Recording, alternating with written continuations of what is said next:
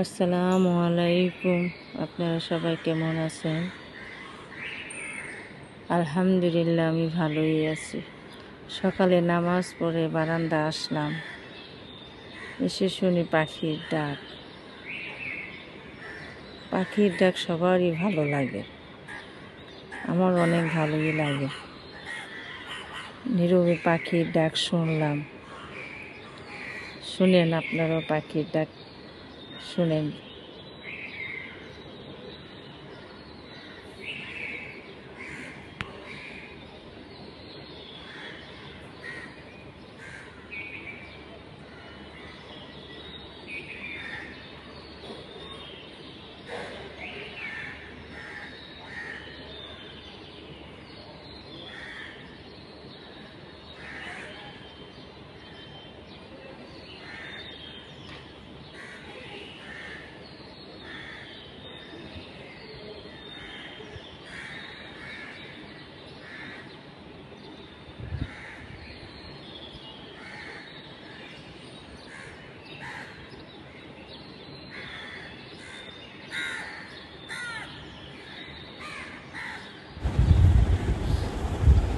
আমরা সবাই মিলে মার্কেটে যাওয়ার জন্য রেডি হইলাম। মার্কেটে যাচ্ছি ক্যান্টনমেন্টের ভিতর দিয়ে।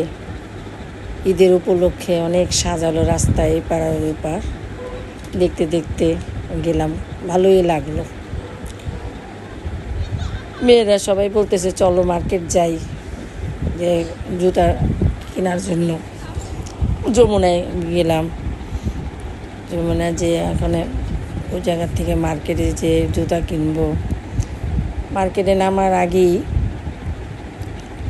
ইফতারি করার টাইম হয়ে গেছে। ইফতারির টাইম হয়ে গেছে, যেতে যেতে দেখি কোনোটাই খালি নাই।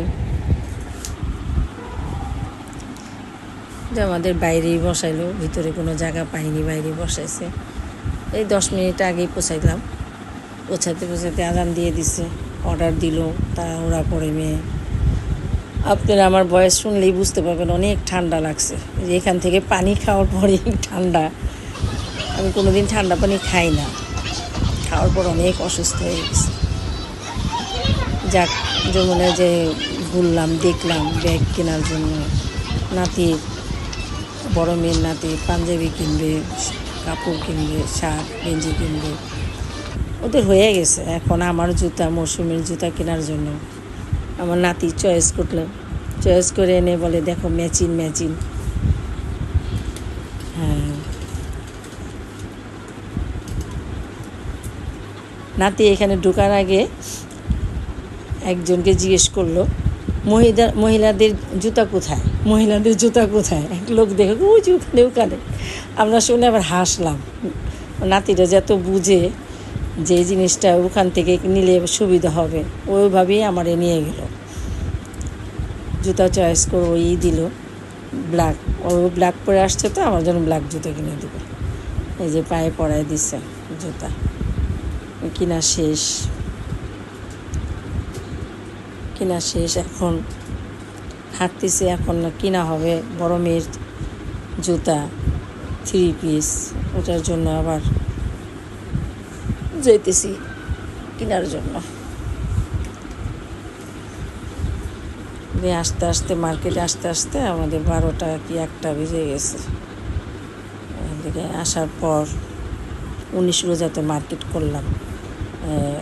কালকে আবার 20 রোজা। আমাদের পুরানটা অনেক 20 রোজায় চাপটি খায়, কচু খায়, সাথে মাংসও থাকে, যে যেটা খায়।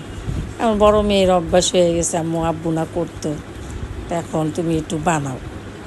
তা আমি তো চাপটি এতটা বেশি বানাইতে পারিও না। কচুটা রান্না করলাম।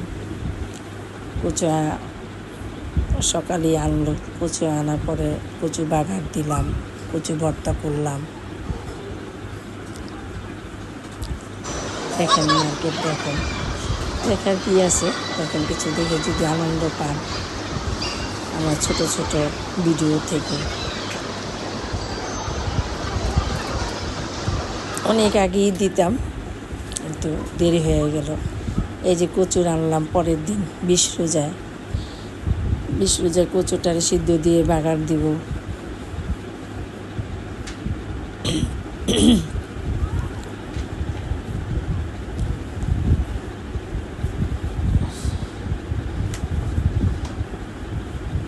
কচু কচুটা আমি রান্না করলাম। মেয়ে বললো যাও তুমি একটু রেস্ট নাও, আমি চাপটিটা রান্না করি। মেয়ে আবার চাপটি রান্না করলাম, আমি আবার ভিডিওটা করলাম। দেখি যে না, ওই আমার থেকে ভালোই পারে, আমি এত ভালো পারতাম না। আগে আমাদের বাসার মানুষই করতো, শ্বশুরবাড়ির বাসার মানুষ। আমি চাপটি পারি না, চাপটি হোক পিঠা হোক এগুলো পারি না। যে মৌসুমি আবার সুন্দরী পারলো, শাশুড়ি শিখছে তো, শাশুড়িটা শিখা কিন্তু মেয়েরা সবই পারে। এবার ইফতারির সাথে বাজলাম, এটি তো আর চাপটি আর কচু তো শুধু শুধু খাওয়া যায় না, ইফতারি তো প্রতিদিনই বাজতে হয়। ইফতারি বাজার পর এগুলা চাপটি দিয়ে খাওয়া শুরু করলাম। 20 রোজা দেখতে দেখতে 20 রোজা শেষ। যেদিন এটা আপনারা পাবেন, ঈদের দিন হয়তো বা পেতে পারেন এটা। আমি আবার আমার শ্বশুরবাড়ি গেলাম একটা দিনের জন্য, সবাই নিয়ে ইফতারি করবো। চাচি, শাশুড়ি, দেওর, আর যে ননদ, ননাস, সবাই আছে, দেওরের মেয়ে, দেওরের ছেলের বউ, সবাই আছে যে আমার বাসায় ইফতারি করার জন্য। একটা দিন আবার সকালবেলা গেলাম, যে সকালে বড় বাড়ি গুছাই ইফতারি আয়োজন করলাম। করার পর সবারই বললাম, আসছে যে আমার যা, দেওরের বউ।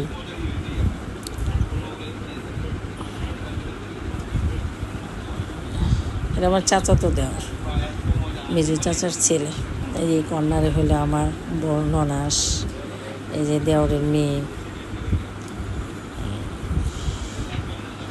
হঠাৎ করে তো সবই কিছু সব গুছিয়ে রেখে গেছি, বড় বল ছিল না, বড় পাতিলা নিলাম। পাতিলা নিয়ে মুড়ি মাখা হলো। আমার দেওরের বউ মুড়ি মাখলো, 2 রকমের শরবত বানালাম। চাচি শাশুড়ি আমার, এটা ছোট চাচি শাশুড়ি, এটা আমার ছোট ননদ। 2 মেয়েই ছিল না, ওর আব্বু তো নাই, আপনারা সবাই জানেন কি না জানি না, উনি তো মারা গেছেন।